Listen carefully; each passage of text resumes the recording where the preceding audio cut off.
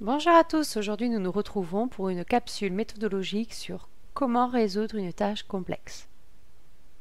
Tout d'abord, qu'est-ce que c'est? Donc une tâche complexe, c'est une activité où au départ vous allez avoir une mise en situation qui va soulever un problème. Votre consigne, ça va donc être de résoudre ce problème.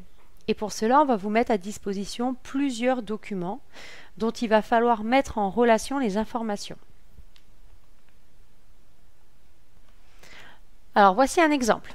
Donc la mise en situation, c'est le texte que vous avez ici. En France, plus de 2 300 000 voitures sont vendues chaque année. Ce moyen de transport, largement majoritaire, dégage une grande quantité de gaz à effet de serre, contribuant au réchauffement climatique.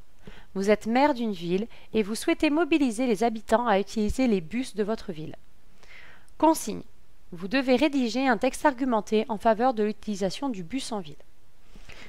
Donc, la mise en situation ici, la consigne juste en dessous, et là, vous voyez que nous avons 3 documents pour répondre à ce problème. Alors, comment faire? La première chose, ça va être de repérer le problème à résoudre et de comprendre la consigne. Il va falloir identifier ce que l'on cherche à prouver. Cette étape est cruciale. On y découvre l'objectif à atteindre et les règles à suivre pour y arriver. De quel thème il s'agit, sous quelle forme on doit répondre. Si je ne suis pas en devoir, quel outil je dois utiliser, mes connaissances, le cahier, un livre, etc., une expérience. Et pour les difficultés de vocabulaire, lorsque vous êtes en activité, il faut penser bien sûr au dictionnaire. Deuxième étape, ça va être de prendre connaissance des documents et utiliser un brouillon.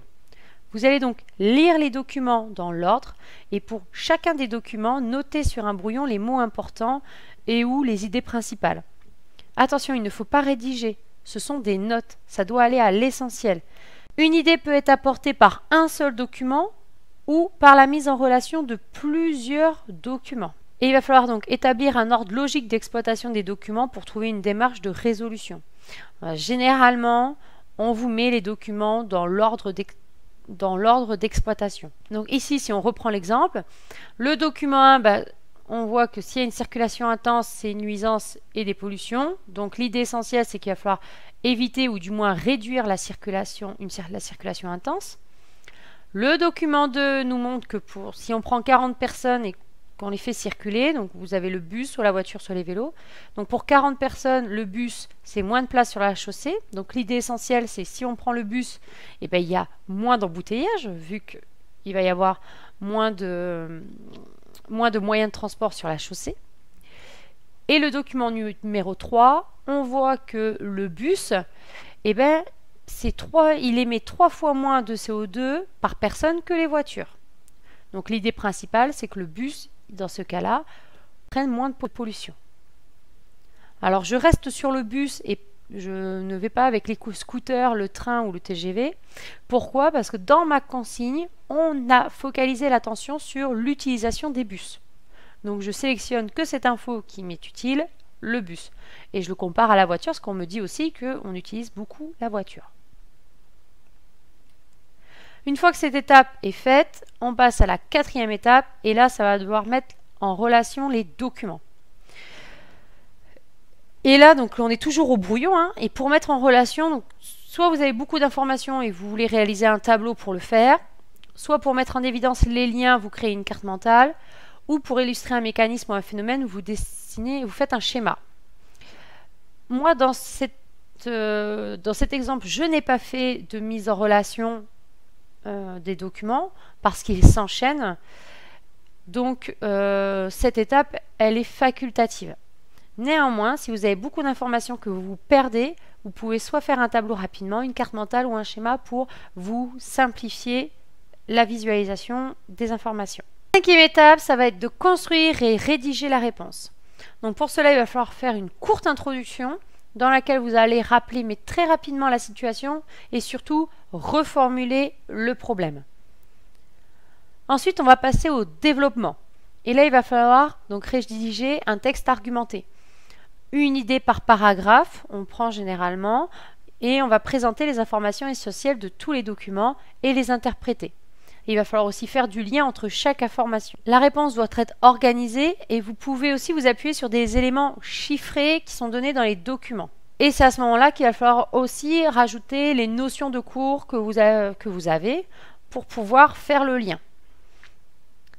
Et enfin, on termine la réponse par une petite conclusion qui va répondre donc au problème. Voici un exemple de réponse rédigée qu'on aurait pu mettre en place avec les documents donnés. Chers concitoyens, je m'adresse à vous aujourd'hui car la voiture est le moyen de transport le plus utilisé dans notre ville. Mais celui-ci contribue largement au réchauffement climatique. Je vais vous montrer que l'utilisation des transports en commun, et notamment le bus, a un impact moins négatif sur l'environnement.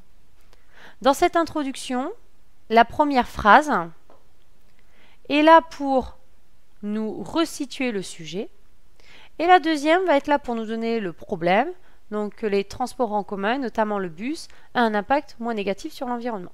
Maintenant, le développement.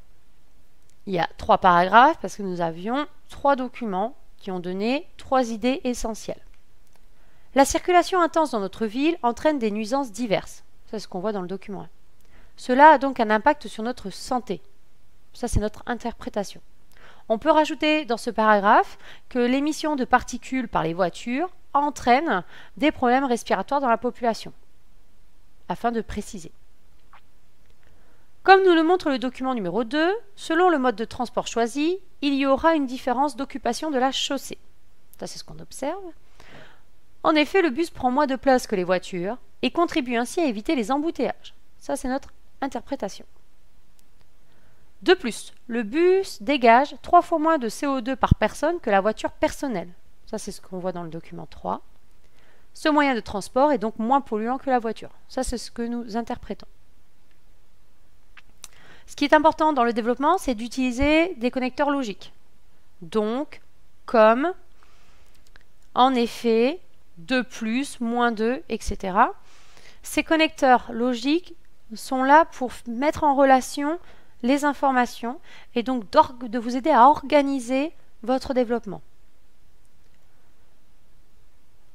Et enfin la conclusion. Donc pour conclure, le bus, de par sa capacité de transport, va limiter les embouteillages dans votre ville, réduisant dans le même temps les nuisances associées à une circulation intense. En outre, si nous veillons à utiliser les transports en commun, nous réduirons également la pollution engendrée par la circulation. En quelques lignes, je reprends les arguments nécessaires pour montrer que le bus a un impact moins négatif sur l'environnement. Voici une liste des connecteurs logiques que l'on peut utiliser. Donc il y a les connecteurs logiques d'addition.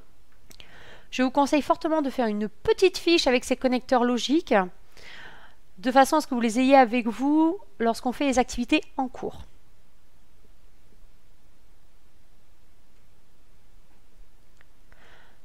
Je vous remercie de votre écoute et vous dis à bientôt pour une nouvelle vidéo ou pour un nouveau cours.